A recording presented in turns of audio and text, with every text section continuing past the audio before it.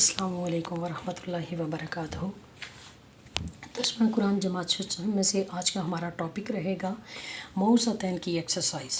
موضوعتین کی ایکسرسائز، جیسا کہ ہم موضوعتین کا تعارف اور موضوعتین کا ترجمہ کر چکے ہیں الفاظ معنی کے ساتھ، تو آج ہم کریں گے اس کی مشق جو دونوں صورتوں پہ مشتمل ہے۔ بسم اللہ الرحمن الرحیم۔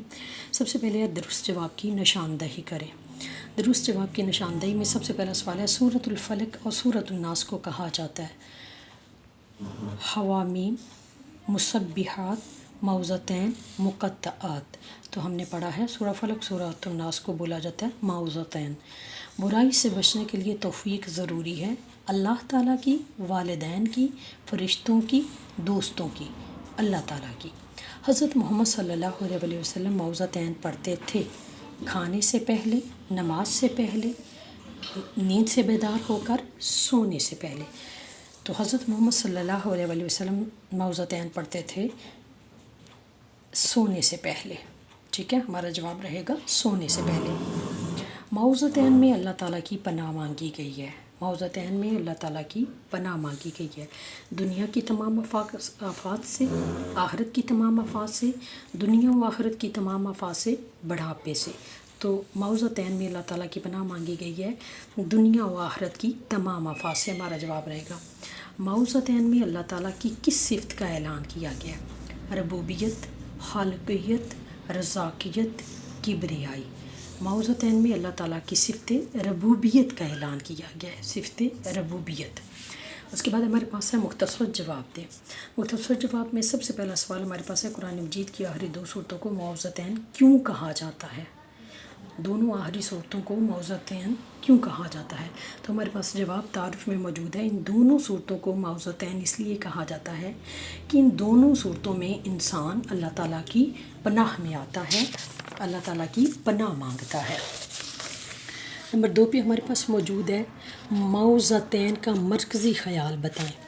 موضوعتین کا مرکزی خیال بتائیں۔ تو ہم نے اس کے تعارف میں پڑھا ہے سورہ فلق سورۃ ناس، یعنی موضوعتین کا مرکزی خیال اللہ تعالیٰ کے رب ہونے کا اعلان اور نقصان دہ چیزوں سے پناہ مانگنے کا طریقہ سکھانا ہے۔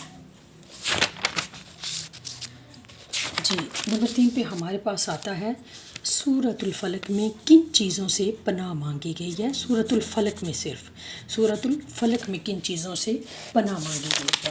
تو اس کے تعارف میں ہمارے پاس اس کا جواب موجود ہے۔